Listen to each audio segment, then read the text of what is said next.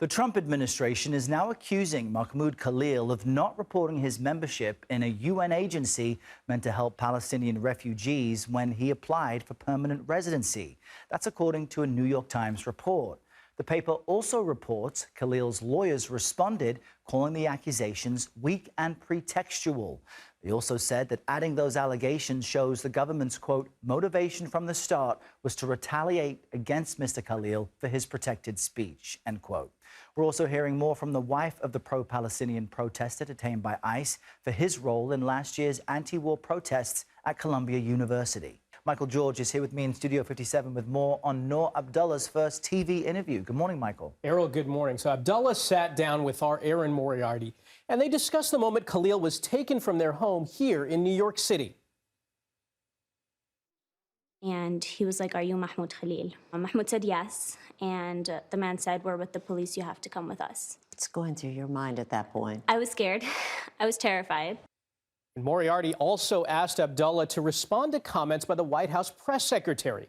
Earlier this month at a briefing, Caroline Leavitt accused Khalil of distributing, quote, pro-Hamas propaganda. Is Mahmoud pro-Hamas? These are accusations that the Trump administration keeps pushing on him. But what do you say to those? I think it's ridiculous. It's disgusting that that's what they're resorting to, that's the tactic that they're using to make him look like this person that he's not. Literally, it's so simple. He just does not want his people to be murdered and killed. He doesn't want to see little kids' limbs being blown off, you know?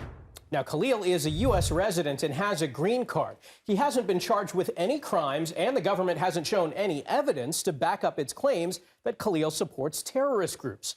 Khalil is being detained at a Louisiana detention center under the Immigration and Nationality Act, which allows the deportation of non-citizens who pose, quote, potentially serious adverse foreign policy consequences for the U.S.